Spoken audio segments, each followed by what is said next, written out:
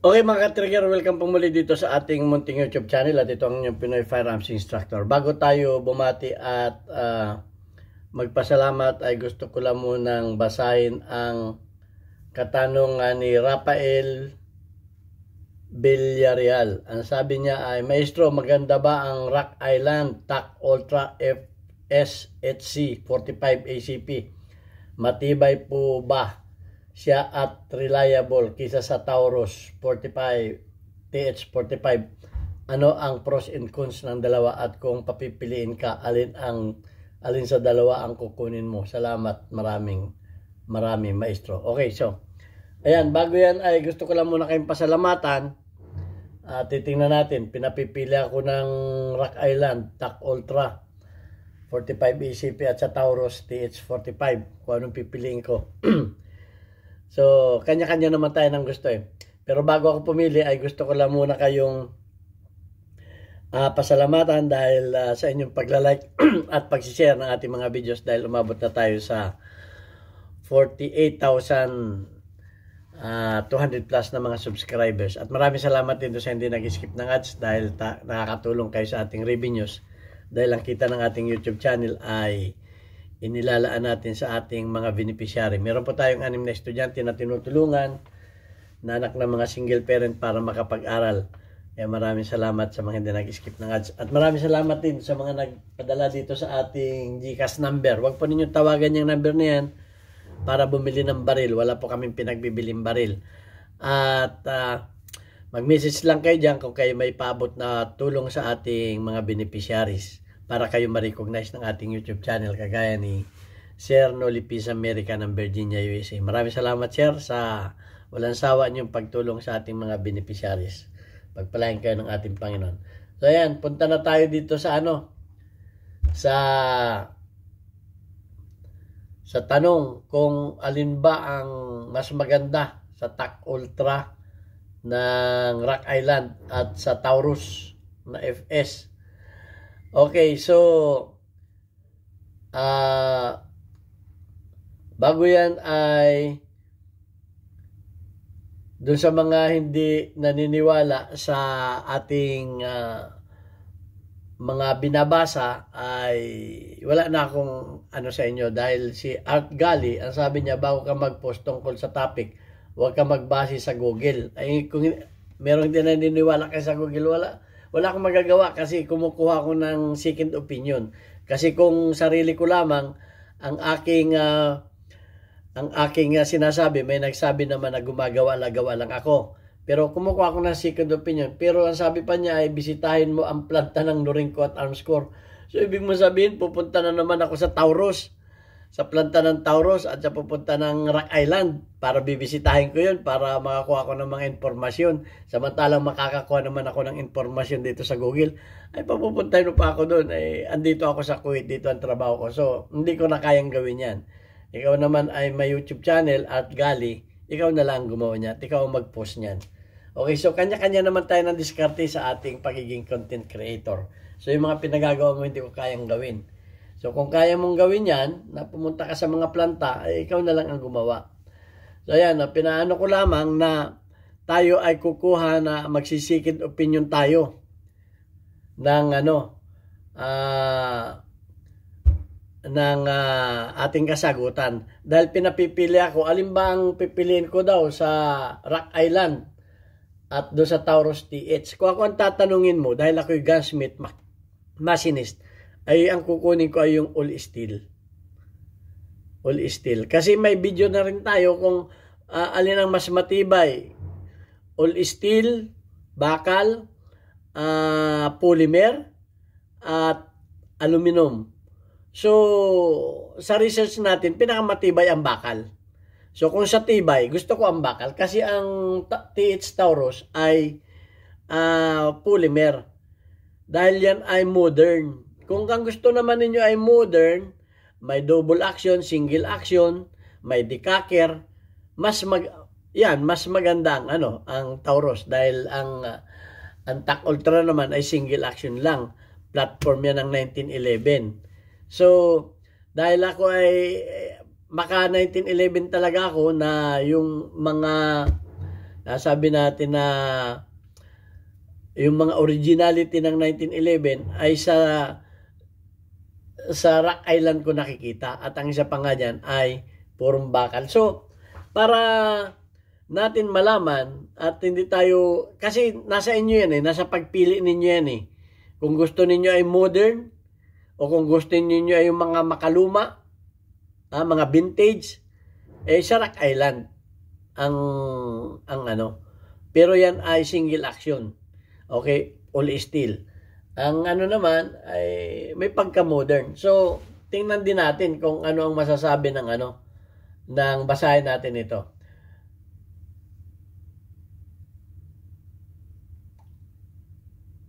Ang sabi dito ay ang Rock Island TAC Ultra ay high capacity 1911. Okay, so high capacity ang ang Rock Island 1911, while the Taurus TH45 is a modernized hammer-fired polymer pistol. Polymer yan ang receiver niyan. So, the TAC Ultra offers the classic. Ako mahilig ako sa classic, kaya mas gusto ko ang classic. Kung mahilig naman kayo sa mga modern, ay nasa sa inyo yan, kanya-kanya nga ng gusto yan. Ang TAC Ultra ay classic 1911 platform. Ang platform niyan ay 1911 talaga. So, maka 1911 ako, platform niyan. Kung ako pipiliin ay Rock Island ang pipiliin. Hindi Kumu yan ay sariling atin. Dahil yan ay made in Arms Corps din. So, yan. The TAC Ultra offers the classic platform with high capacity, while the TH45 provides a modern feel with feature like ambidextrous control. Yan. Magandang magandang hawakan din yan. Ambidextrous control and double action, single action trigger system, making a good option for those who prepare polymer frame. Ayan, kung gusto niyo yung polymer frame, mas magaan. Alam naman niyo mas magaan ang polymer. So, ang Rock Island, tingnan natin. Rock Island TAC Ultra FSH HC 45 ACP. Ang platform nito ay high capacity version of classic 1911 design. 1911, pero ito ay high capacity na. Okay. Platform nito ay 1911. Ang capacity nito ay 14 rounds capacity, which is higher than most standard 1911. O yung mga standard 11, 7, 8 lang ang kalimitan. Ang action nito ay single action trigger lang. Walang double action nito. So, nakakalamang diyan. Pagdating diyan, nakakalamang ang Taurus. Ang pros nito ay familiar, 1911, ergonomics, high capacity for 1911, and accuracy. So, pagdating sa accuracy ay wala kang masasabi dito. Ang consideration maybe, considera mo na nga lang dito ay yung bigat. Okay? Heavier, mas mabigat kaysa sa polymer pistol at yung traditional 1911 manual arms. So, ito ang gusto ko dito. Yung traditional 1911 manual arms. So, kanya-kanya naman tayo ng gusto. Medyo mabigat nga lang ito kumpara sa Taurus. Ang Taurus naman, ang platform ay modern. Full-size polymer frame. Pistol with a hammer-fired action. Hammer-fired action din ito. Ang capacity ay 12 rounds. So, mas lamang pa ng dalawa. 14 rounds yung Rock Island. Action ito ay double action, single action, with an exposed hammer, meaning the first trigger pull is long and heavy. So, yung pag ito ay naka-hammer down, dahil ito ay may decacker, long and heavy ang first shot nito. Pag ito ay naka-hammer down. Pag ito ay naka-double action. Okay, so yun ang nito. While subsequent pull are lighter. O, siyempre, yung first shot lamang ang heavy. Pero yung susunod na dyan, lighter na kasi single action na yan Action ito, double action. Ayan. Ang pros nito ay modern. Yun lang ang pros nito, modern. Modern ang pros nito. Kumbaga, makabago siya. Okay? Modern, ambidextrous control. Okay, so ibig sabihin, left and right, ambidextrous control. Pwede mong sa left and right mo makokontrol ang safety and a good grip. Magandang grip nito. Kasi modern ang alternative ng traditional 1911-45 ACP caliber. Mas modern ang ano nito, ang grip. Ang grip kasi nito, yung harap nito, yung may ganun-ganun. Sakto sa daliri. Okay, how to choose? Paano kayo pipili?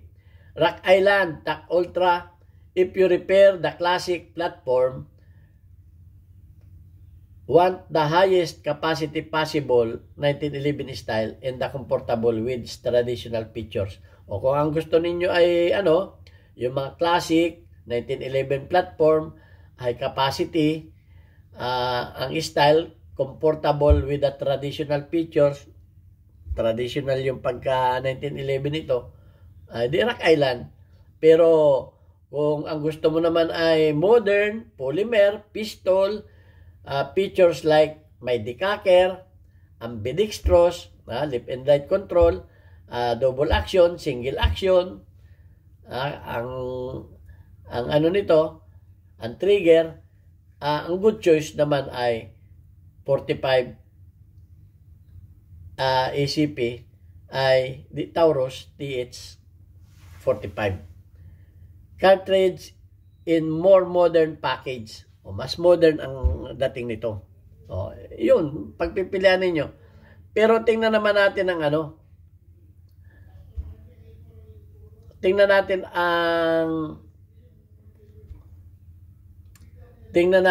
ang nito.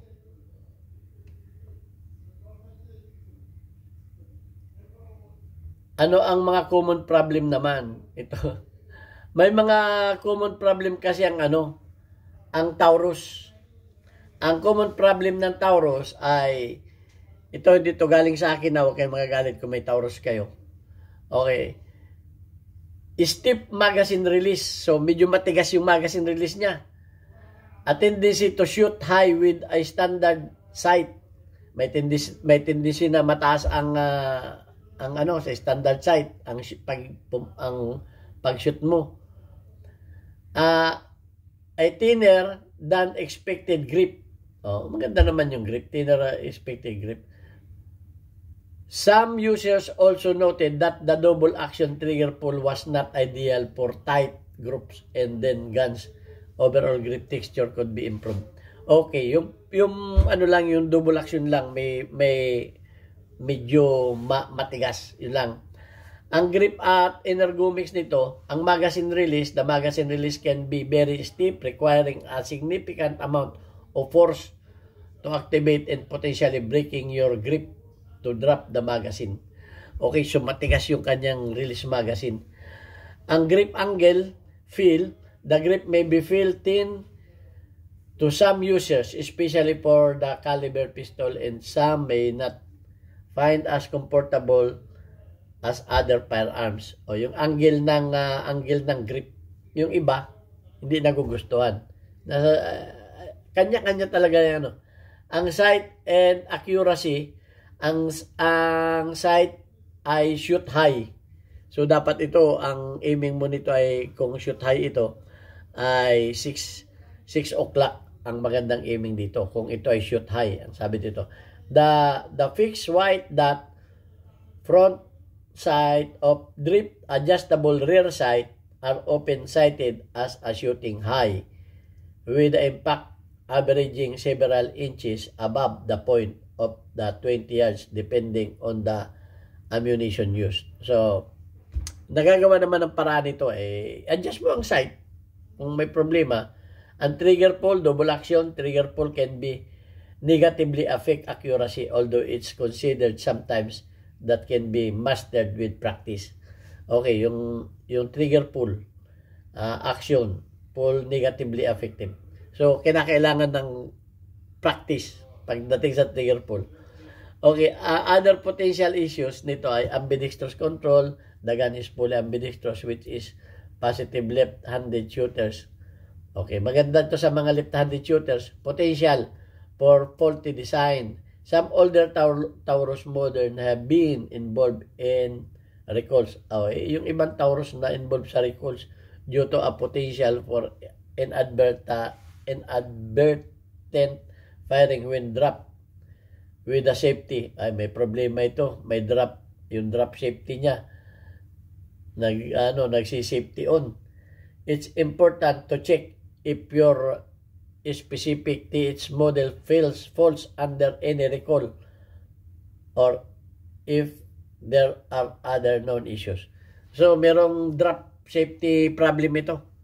Yung baka yung inyong mga kung meron kayong mga Taurus, baka nakasama ito sa recall, yung pinababalik. Okay, so tingnan ninyo yung inyong mga So, ayan ang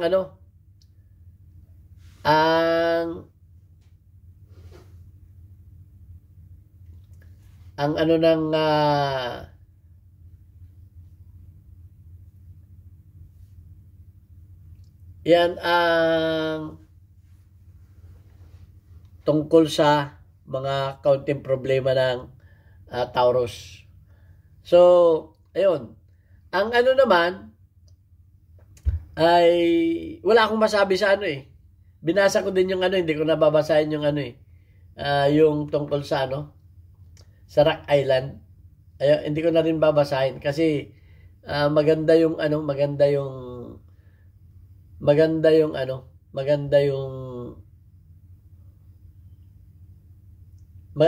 yung review ko sa sa Rock Island. All steel siya. Kaya hindi ko na rin babanggitin dahil hahaba lang tayo. So, kung ako ang pamimili ninyo, ay doon ako sa all steel.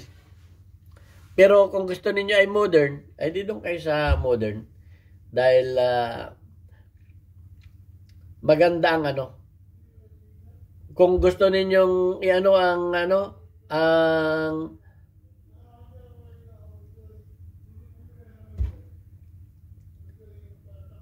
ang Rock Island, mas maganda ang review ng Rock Island para sa akin.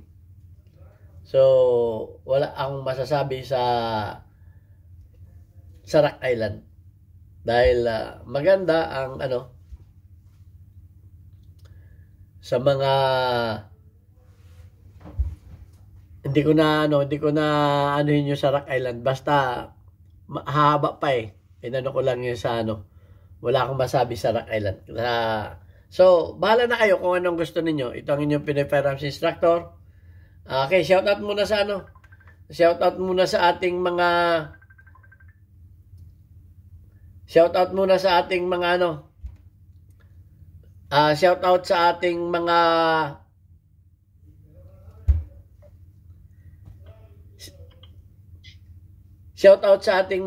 sa mga